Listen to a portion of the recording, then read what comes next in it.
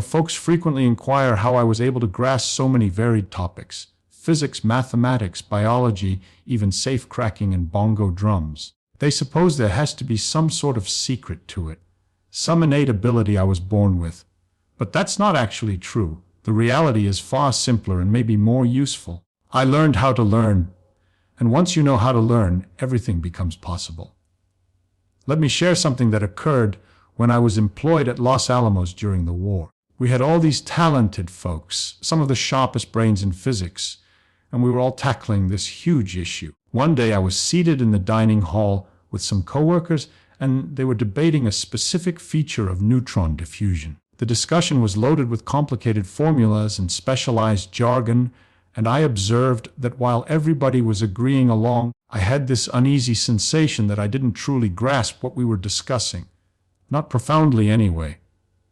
Now, I could have simply kept silent and feigned comprehension. That's what most folks do. But I had acquired something crucial years earlier, something my dad instructed me when I was merely a kid. He instructed me that knowing the label of something is not the same as knowing something. And that difference transformed everything for me.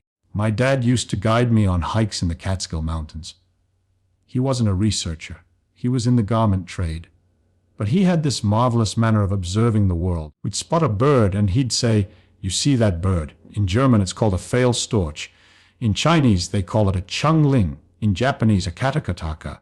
You can know all those names in every language in the world. But when you're done, you'll know absolutely nothing about the bird. You'll only know about people in different places and what they call a bird.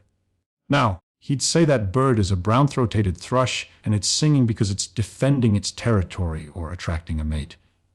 When it moves like that, it's looking for insects. That's beginning to know something. This teaching endured with me. Really endured because I recognized that most of what we call knowledge is really just acquaintance with tags. We confuse the map for the territory. We believe because we can label something, we comprehend it.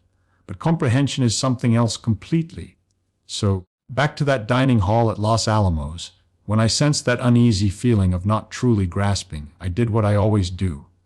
I returned to my quarters, pulled out some paper, and I began to sort through the issue myself.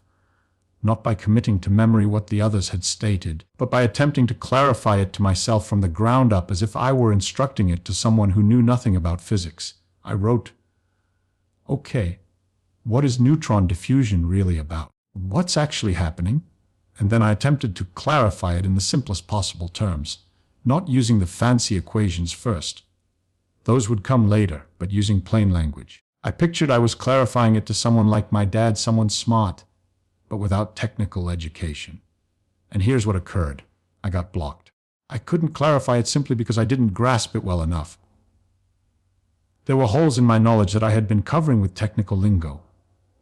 So I returned to the core principles. I examined what I did grasp firmly and I constructed up from there, bit by bit, always verifying. Can I explain this simply? Does this make sense? When I eventually could clarify it in simple terms, something enchanting happened. I grasped it better than I had before, much better. And more than that, I could see links to other things I knew. I could see where the equations originated from, what they truly signified, why they had to be that way and not some other way. This became my technique. Whenever I needed to learn something, anything, I would follow this same procedure. I'd take a blank piece of paper and I'd write at the top what is, and then whatever concept I was trying to grasp. Then I try to clarify it as if I were instructing it to someone sharp, but totally unfamiliar with the topic. The key is that you can't deceive yourself when you do this. You can deceive yourself in a lot of ways. You can memorize equations. You can learn to manipulate symbols. You can even get the right answers on tests. But when you try to clarify something in plain language, the truth emerges. If you can't explain it simply, you don't really grasp it. And let me be clear about what I mean by simply. I don't mean dumbing it down or being imprecise. I mean stripping away the unnecessary complexity, the jargon that we use to hide our lack of grasping. Einstein once said something about this, that you should be able to explain your theory to a barmaid. People laughed at that, but he was right. If you truly grasp something, you can explain it in everyday language. The complexity should be in the idea itself, not in the words you use to describe it. I remember when I was trying to grasp quantum electrodynamics after the war. This was a field in crisis. The theory made ridiculous predictions. Infinities everywhere. People were stuck. I was stuck too at first. I knew the mathematical machinery, sure, but I didn't really grasp what was happening physically. So I started over. I got a notebook and I began to clarify it to myself from the beginning. An electron moves from point A to point B. What really happens? I drew pictures, simple pictures, little arrows and lines. I didn't start with the Rangian formalism or the canonical approach. I started with what is the simplest way to think about this. And you know what I discovered? All that fancy machinery that everyone was using, it was obscuring something much simpler underneath. By forcing myself to clarify it simply by using these little pictures I drew, I found a different way to do the calculations, a way that made sense to me physically. Those simple pictures eventually became what people call Feynman diagrams, and they helped solve some of the problems that had everyone confused. But here's what I want you to grasp. The diagrams weren't the point. The point was the process of simplification, of explanation, of getting down to what's really happening. The diagrams were just a tool that came out of trying to grasp clearly. Now, you might think this approach would be slow, and in one sense it is. It takes longer to really grasp something this way than to just memorize formulas or to accept what authorities tell you. But in another sense, it's much faster. Because when you truly grasp something, when you can explain it simply and clearly, you never forget it. It becomes part of how you think, and you can use it to grasp new things. Because you're not just carrying around a bag of disconnected facts and formulas. You're carrying around principles that you grasp deeply. I saw this when I taught at Caltech. Students would come to my office hours frustrated because they couldn't solve a problem.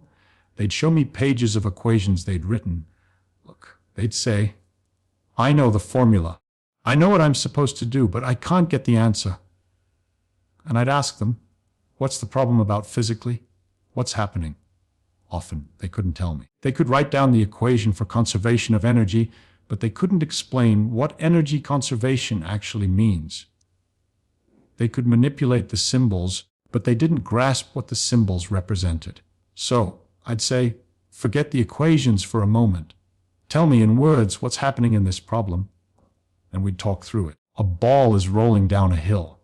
What does that mean? It means it's losing potential energy. Where does that energy go into kinetic energy, into movement? How much? Well, it depends on the height of the hill and the mass of the ball. Once they grasped it that way, the equations weren't mysterious anymore. The equations were just a precise way of writing down what they already grasped. They became tools instead of obstacles. This is what I mean by learning, not memorization, not symbol manipulation. Understanding. There's another part to this, though, something equally important. When you explain something to yourself this way, you discover what you don't know.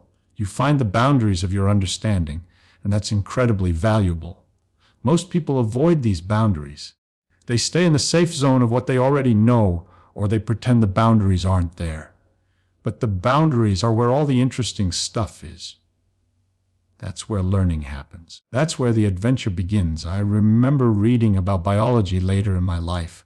I was curious about it, but I didn't have the years of background that a professional biologist would have. So I'd read a paper and I'd come across something like the Krebs cycle.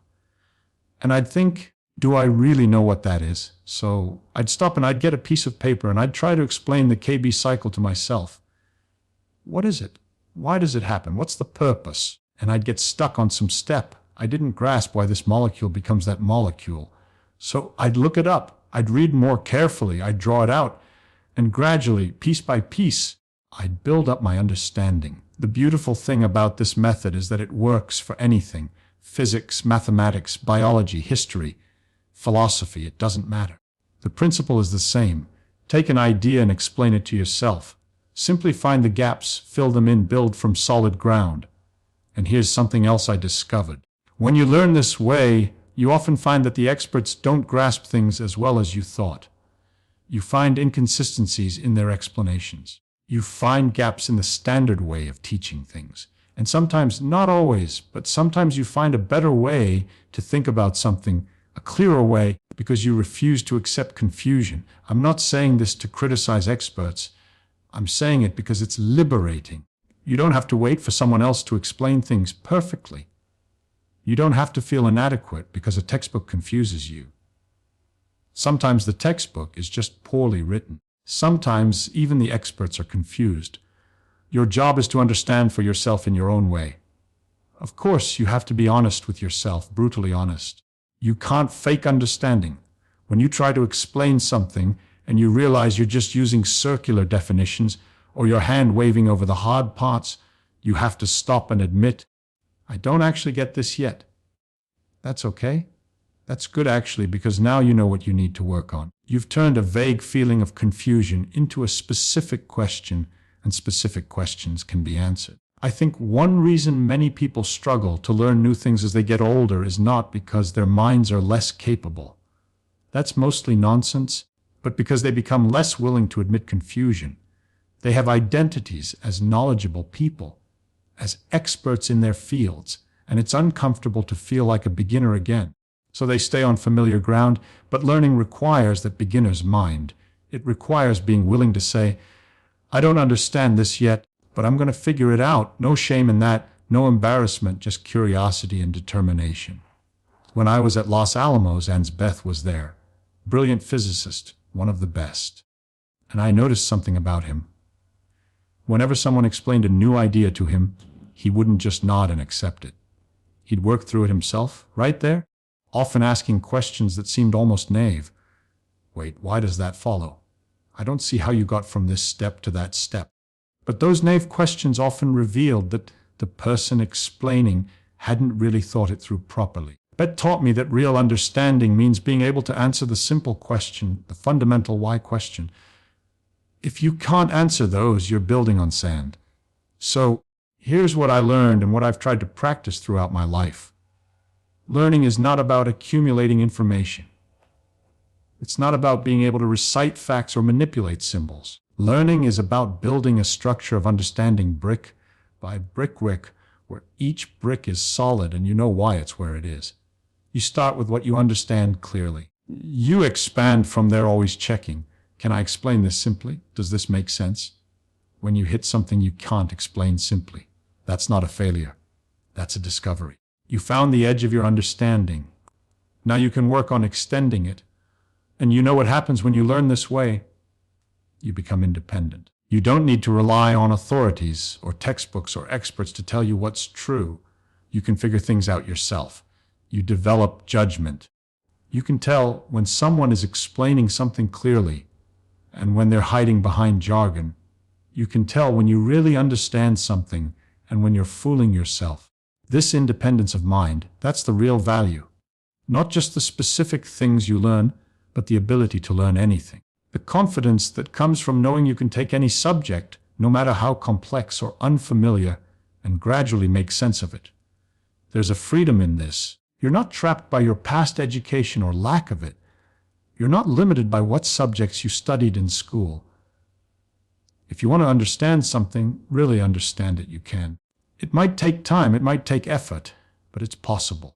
I've watched people talk themselves out of learning things because they think they're not good at math or not a science person or whatever story they've told themselves. But those are just stories. If you're willing to start simple, admit confusion, and work through things step by step, you can understand anything. I think about my father's lesson with the bird. All those fancy names in all those languages, they're easy to collect. You can fill your head with them. You can impress people at parties, but they're empty. Real knowledge is different.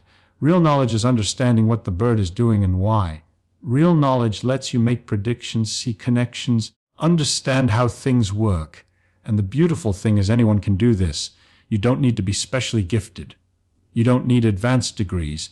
You just need curiosity, honesty, and patience. You need to be willing to start simple, to admit confusion, to work through things step by step. I've spent my whole life trying to understand things and I'm still doing it. There's always more to learn, more to figure out. And every time I sit down with a piece of paper and try to explain something to myself, I'm using the same method I developed as a young man. It never gets old because understanding never gets old. The pleasure of figuring something out, seeing clearly what was once murky, that never diminishes.